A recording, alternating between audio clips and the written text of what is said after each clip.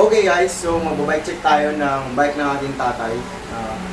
Ito ay kanyang ALCHEMY ARKTOS 29er medium size frame. So, simulan na natin.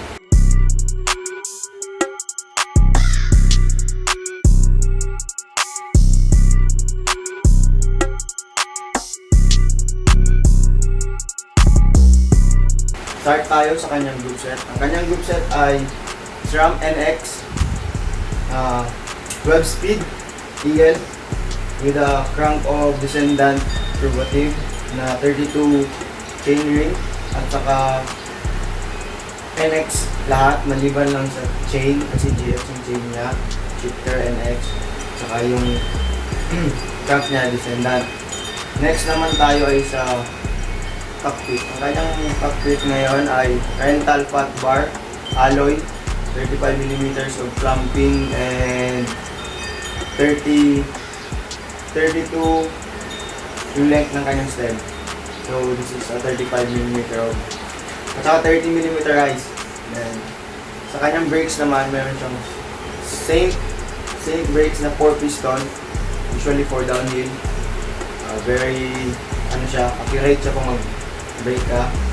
And next sa suspension naman tayo. Kanyang suspension fork ay Fox 36 160mm travel, grip 2 with a 1 spacer. Kanyang rear suspension naman meron siyang Fox DPX2 140mm of travel. So next, kanyang tires meron siyang Maxxis. Sa front, Maxxis Assegai 29 by 2.50 exo casing. Sa likod naman meron siyang Minion DHR 2.4 exo casing din. So next, sa wheelset.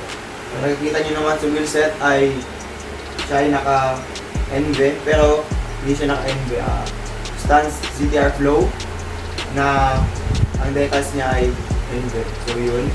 Ang kanyang hubs naman ay Go to color red. Boost ang front. Sa likod naman ay super boost. Next, kanyang dropper post, SDG dropper post na 125mm. Saddle ay SDG Bel Air. So, ang grips niya ay 6-pack na itong red. So, tsaka may feedlock siya. Ito yung feedlock, water bottle cage. So, magnet siya. So, sa aking pag-ride dito, kahit isa wala pa siya nahulog. Bakit lang sa kanya, pag maputik, kuha niya lahat ng putik. So, yun lang. Yun lang yung bike check. And, yes, thank you.